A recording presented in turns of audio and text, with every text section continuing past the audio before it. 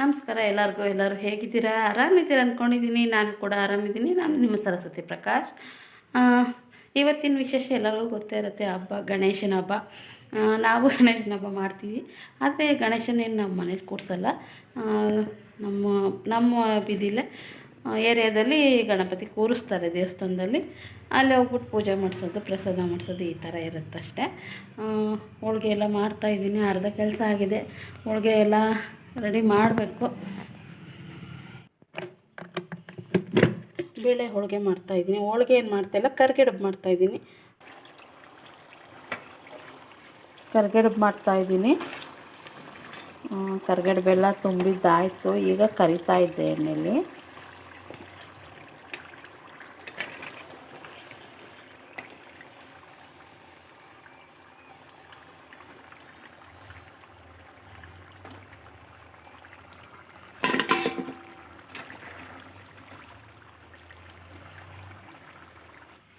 ನೀವು ನಿಮ್ಮ ಮನೇಲಿ ಹಬ್ಬಕ್ಕೆ ಕರ್ಗೆಡ್ಬೆ ಮಾಡಿದ್ರಾ ಅಂತ ನನಗೆ ಕಮೆಂಟಲ್ಲಿ ತಿಳಿಸಿ. ನೋಡಿ, ಈ ಥರ ಮನೇಲಿ ಪೂಜೆ ಎಲ್ಲ ಮಾಡಿದ್ವಿ. ಬೆಳಗ್ಗೆನೇ ಪೂಜೆ ಎಲ್ಲ ಆಗಿತ್ತು. ಪೂಜೆ ಎಲ್ಲ ಮಾಡಿ ಹಣ್ಣು ಕಾಯಿ ಎಲ್ಲ ನೈವೇದ್ಯ ಮಾಡಿ, ನಾವು ನಾಗರ ಕಲ್ಲಿಗೆ ಉತ್ತಕ್ಕೇನು ಹಾಲು ಹಾಕಲ್ಲ. ನಾವು ಮನೆಯಲ್ಲೇ ದೇವರಿಗೆ ಹಾಲು ಹಾಕ್ತೀವಿ. ಹಾಲು ತುಪ್ಪನ ಮನೆಯಲ್ಲೇ ದೇವ್ರಿಗೆ ಬಿಡ್ತೀವಿ ನಾವು. ಅದು ಬಿಟ್ಟರೆ ನಾವು ಹೊರಗಡೆ ಹೋಗಿ ಉತ್ತಕ್ಕೆಲ್ಲ ಹಾಲು ಬಿಡಲ್ಲ. ನಮ್ಮ ಮನೇಲಿ ಅದು ನಡೆದಿಲ್ಲ ಅಂತ ನಮ್ಮ ಅತ್ತೆ ಹೇಳ್ತಾರೆ.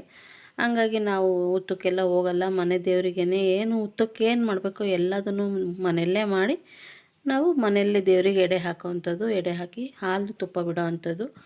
ಅಲ್ಲಿಂದ ಅದು ಮುಗಿಸ್ತಿದ್ದಂಗೆ ಮತ್ತೆ ನಾವು ನಮ್ಮ ಮನೆಯಲ್ಲಿ ಹಿರಿಯರ ಪೂಜೆ ಬೇರೆ ಮಾಡಬೇಕು. ನಾವು ಹಿರಿಯರ ಪೂಜೆ ಅಂದರೆ ವರ್ಷಕ್ಕೆ 3 ಸತಿ ಹಿರಿಯರ ಪೂಜೆ ಮಾಡ್ತಾರೆ ನಮ್ಮ ಮನೆಯಲ್ಲಿ. ಎಲ್ಲರೂ ವರ್ಷಕ್ಕೆ 1 ಸತಿ ಮಾಡ್ತಾರೆ. ಆದರೆ ನಮ್ಮ ಅತ್ತೆ ವರ್ಷಕ್ಕೆ 3 ಸತಿ ಮಾಡೋ ರೂಢಿ ಮಾಡ್ಕೊಂಬಿಟ್ಟಿದ್ದಾರೆ. ಮೊದಲಿಂದ ಅದು ನಡೆಸ್ಕೊಂಬಂದಿದ್ದಾರೆ.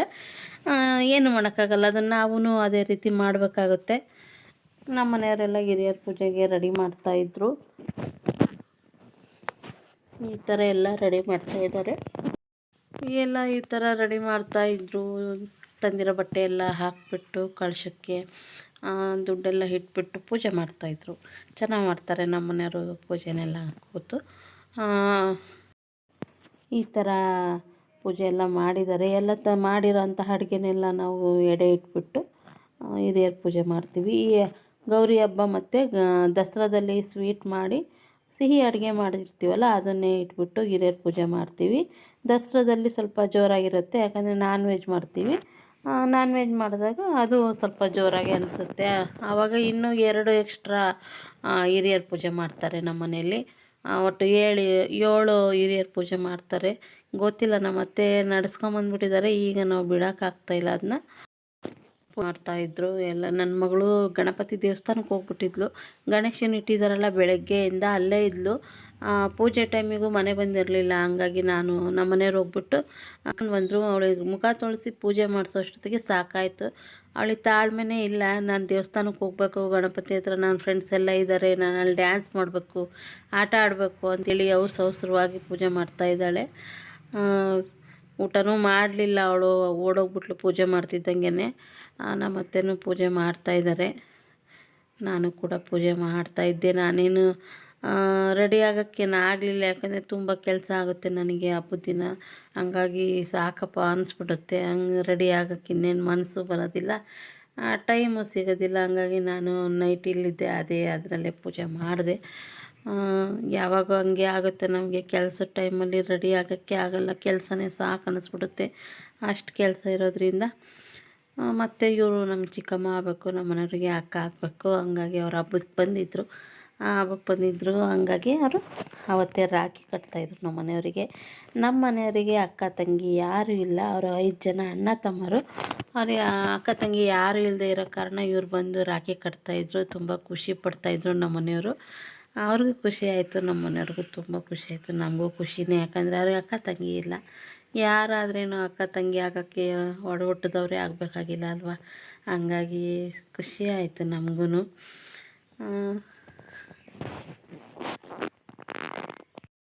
ಹಬ್ಬ ಮುಗಿದು ನೆಕ್ಸ್ಟ್ ಡೇನೇ ಮತ್ತೆ ನಾವು ಎಲ್ಲ ಊರಿಗೆ ಹೊರಟ್ವಿ. ನಮ್ಮ ಫ್ಯಾಮಿಲಿಯವರು ಎಲ್ಲ ಹೆಣ್ಮಕ್ಳೇ ಇದ್ದೀವಿ, ಗಂಡು ಮಕ್ಳು ಯಾರೂ ಬಂದಿಲ್ಲ. ನಾವೇ ಎಲ್ಲ ಹೆಣ್ಮಕ್ಳು ಊರಿಗೆ ಹೊರಟ್ವಿ. ಯಾವ ಊರಿಗಪ್ಪ ಅಂತಂದರೆ ನಮ್ಮ ಮೈದ್ನನ ಮಗಳನ್ನು ಕೊಟ್ಟಿದ್ದೀವಿ ಹೊಸನಗರಕ್ಕೆ. ಅಲ್ಲಿಗೆ ಅವಳಿಗೆ ಡಿಲವರಿ ಆಗಿ 9 ತಿಂಗಳಾಯ್ತು ಪಾಪುಗೆ. ಅವಳನ್ನ ತೊಟ್ಲು ಬಿಟ್ಟು ಬರಬೇಕಿತ್ತು. ಹಂಗಾಗಿ ನಾವೇ ಎಲ್ಲ ಹೆಣ್ಮಕ್ಳು ನಮ್ಮ ಫ್ಯಾಮಿಲಿಯವರೇ ಹೋಗ್ತಾಯಿದ್ದೀವಿ. ಆ ಕಡೆ ಅಂತೂ ಎಷ್ಟು ಚೆನ್ನಾಗಿತ್ತು ಅಂದರೆ ಪ್ರಕೃತಿ ಅಂದರೆ ನೋಡೋಕ್ಕೆ ತುಂಬ ಚೆನ್ನಾಗಿತ್ತು. ಎಷ್ಟು ಸೌಂದರ್ಯವಾಗಿತ್ತು ಅಂದರೆ ಸುತ್ತ ಬರೀ ಕಾಡು, ತೋಟ, ನದಿ, ಕೆರೆ ಇದೇ ಥರ ಇತ್ತು ಸ್ನೇಹಿತರೆ. ಎಷ್ಟು ಚೆನ್ನಾಗಿತ್ತು ಅಂದರೆ ನಂಗಂತೂ ಎಷ್ಟು ಚೆನ್ನಾಗಿದೆಯಲ್ಲ ಇಲ್ಲಿ ಅಂದ್ಕೊಂಡೇ ಹೋಗ್ತಾಯಿದ್ವಿ. ನಾನೇನು ರೆಡಿಯಾಗಕ್ಕಾಗಲಿಲ್ಲ. ಟೈಮ್ ಆಗ್ಬಿಡ್ತು ನನಗೆ. ಏನೋ ಬೇರೆ ಕೆಲಸ ಮಾಡ್ತಾಯಿದ್ದೆ, ಹೊರಡೋ ಟೈಮೇ ಆಗಲೇ ಇಲ್ಲ. ಸುಮ್ಮನೆ ಹೆಂಗಿದ್ದೀನ ಹಂಗೆ ಒಂದು ಸೀರೆ ಹಾಕ್ಕೊಂಡು ಹೊರಟ್ಬಿಟ್ಟೆ. ನೋಡಿ ಎಲ್ಲರೂ ಕೂತಿದ್ದಾರೆ. ತುಂಬ ದೂರ ಆಗಿರೋದ್ರಿಂದ ಎಲ್ಲರೂ ಸುಸ್ತಾಗ್ಬಿಟ್ಟಿದ್ದಾರೆ, ಕೂತಿದ್ದಾರೆ. ಅವ್ರ ಮನೆ ಹತ್ರ ಹೋಗ್ತಿದ್ದಂಗೆ ಮಳೆ. ಅವ್ರ ಮನೆ ಹತ್ರ ಅಂತಲ್ಲ, ನಾವು ಶಿವಮೊಗ್ಗ ಬಿಡ್ತಾ ಇದ್ದಂಗೆ ಅವ್ರ ಮನೆ ಅಲ್ಲಿಂದನೂ ತುಂಬ ಮಳೆ ಬಂತು. ಎಷ್ಟು ಮಳೆ ಅಂದರೆ ನಾವು ಹೋದಾಗ ಮನೆ ಹತ್ರ ನಿಲ್ಲೋಕ್ಕೆ ಆಗ್ತಿರ್ಲಿಲ್ಲ, ಅಷ್ಟೊಂದು ಮಳೆ. ಮಾವ ತೊಟ್ಲು ಹೊತ್ಕೊಂಬರ್ಬೇಕಲ್ಲ, ಹಂಗಾಗಿ ಅವ್ರ ಅಣ್ಣ ತೊಟ್ಲು ಹೊತ್ಕೊಂಬರ್ತಾಯಿದ್ದ. ಇವಳದೆ ಪಾಪು ಕಾವ್ಯ ಅಂತ ಅವಳು. ಝೂಮ್ ಮಾಡಿ ಹಿಡಿಬೇಡ ಆಂಟಿ ಮುಖ ಅಂತಿದ್ದ ನಮ್ಮ ಹುಡುಗ. ಪಾಪು ನೋಡ್ರಿ, ಗುಂಡು ನಮ್ಮ ಮುದ್ದು ಕೃಷ್ಣ ಅವನು. ಪುಟಾಣಿ ಪಾಪು ಅಲ್ಲ, ಹಂಗಾಗಿ ಎಲ್ಲರಿಗೂ ಗುಂಡು ಅಂತ ಕರಿತೀವಿ. ಇವಳು ಕಾವ್ಯ ಅಂತ, ಅವಳ ಪಾಪು ಅದು. ಅವ್ರನ್ನ ಹೊಸನಗರಕ್ಕೆ ಕೊಟ್ಟಿದ್ದೀವಿ ನಮ್ಮ ಅತ್ತೆ ಇವರು. ಎಲ್ಲ ಸುಮಾರು ವೀಡಿಯೋಸಲ್ಲಿ ನೋಡಿರ್ಬೋದು ಅವ್ರನ್ನ. ಹಂಗಾಗಿ ನಾವೆಲ್ಲ ಹೊರಟ್ವಿ. ಅವ್ರ ಮನೆ ಹತ್ರ ಹೋಗ್ತಿದ್ದಂಗೆ ಮಳೆ ಪಾಪ. ಅವ್ರಿಗೂ ಬೇಜಾರು ಮಾಡ್ಕೊತಿದ್ರು, ಅಯ್ಯೋ ತುಂಬ ಮಳೆ ನೆನ್ಕೊಂಬಂದ್ಬಿಟ್ರಾ ಅಂತ. ನೋಡಿ ಈ ಥರ ಎಲ್ಲ ಪೂಜೆ ಮಾಡ್ತಾಯಿದ್ದಾರೆ. ತೊಟ್ಲು ಶಾಸ್ತ್ರ ಅಂದರೆ ಇದೇ ಥರ ಇರುತ್ತೆ ನಮ್ಮ ಕಡೆ. ಬೇರೆ ಕಡೆ ಹೆಂಗೆ ಕೆಲವೊಂದು ಕಡೆ ಕೆಲವೊಂದು ಥರ ಇರುತ್ತೆ.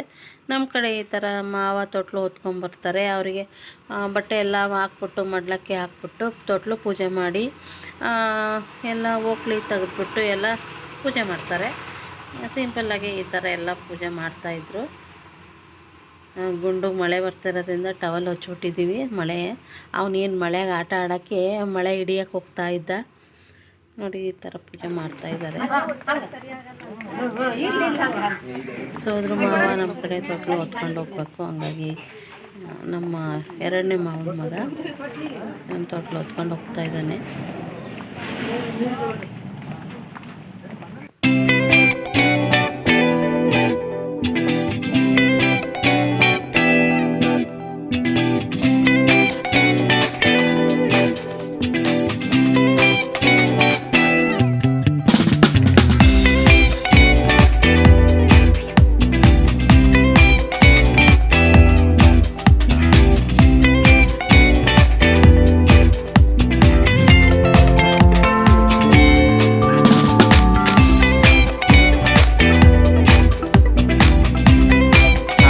ಎಲ್ಲ ಮಾಡಿಬಿಟ್ಟು ಒಳಗೆ ಅವ್ರನ್ನ ಕರ್ಕೊಂಡು ಅವ್ರ ಕಡೆ ಶಾಸ್ತ್ರ ಎಲ್ಲ ಮಾಡಿದರು. ನಂತರ ನಾವು ಕೂಡ ತಿಂಡಿ ಹೋಗಿದ್ವಿ. ಬೆಳಗ್ಗೆ ಬೇಗ ಹೋಗಿದ್ರಿಂದ ತುಂಬ ಹೊಟ್ಟೆ ಹಸಿತಾಯಿತ್ತು. ಹಂಗಾಗಿ ಹೋದ ತಕ್ಷಣ ತಿಂಡಿ ಕೊಟ್ಟರು. ತಿಂದ್ವಿ. ಪುಳಿಯೋಗರೆ ಕೊಟ್ಟರು. ತುಂಬ ಚೆನ್ನಾಗಿತ್ತು ಪುಳಿಯೋಗರೆ. ತಿಂಡಿ ತಿಂದ ನಂತರ ಅವ್ರು ಸ್ವಲ್ಪ ಅವ್ರ ಕಡೆ ಶಾಸ್ತ್ರ ಎಲ್ಲ ಮಾಡಿದರು. ಆಮೇಲೆ ಪಾಪುಗೆ ಅವ್ರ ಕಡೆ ಮನೆಗೆ ಹೋದ ತಕ್ಷಣ ಕೂದಲು ತೆಗೆಯೋ ಶಾಸ್ತ್ರ ಇದೆ ಅಂತ ಹೇಳಿದರು. ಹಂಗಾಗಿ ಅವರು ಜವಳ ಅಂತಾರೆ ನಮ್ಮ ಕಡೆ. ಕೆಲವು ಕಡೆ ಕೆಲವೊಂದು ಥರ ಕರೀತಾರೆ. ನಮ್ಮ ಕಡೆ ಜವಳ ತೆಗಿಯೋದು ಅಂತಾರೆ. ಪಾಪುಗೆ ಜವಳನೂ ತೆಗೆದ್ರು. ನಂತರ ನಾವು ಕೂತಿದ್ವಿ. ಊಟ ಎಲ್ಲ ತಿಂಡಿ ಎಲ್ಲ ತಿನ್ಕೊಂಡ್ಬಿಟ್ಟು ಅವ್ರ ಮನೆಯವರೆಲ್ಲ ಕೆಲವೊಂದು ಶಾಸ್ತ್ರಗಳನ್ನ ಮಾಡ್ತಾಯಿದ್ರು. ಅದನ್ನೆಲ್ಲ ನಾವು ಡೀಟೇಲಾಗಿ ತೆಗಿಯೋಕ್ಕಾಗಲಿಲ್ಲ. ನಮ್ಮ ಮನೆಯವರೆಲ್ಲ ಒಂದು ಕಡೆ ಕೂತ್ಕೊಂಡ್ಬಿಟ್ಟು ನಾವು ಮಾತಾಡ್ತಾ ಕೂತಿದ್ವಿ.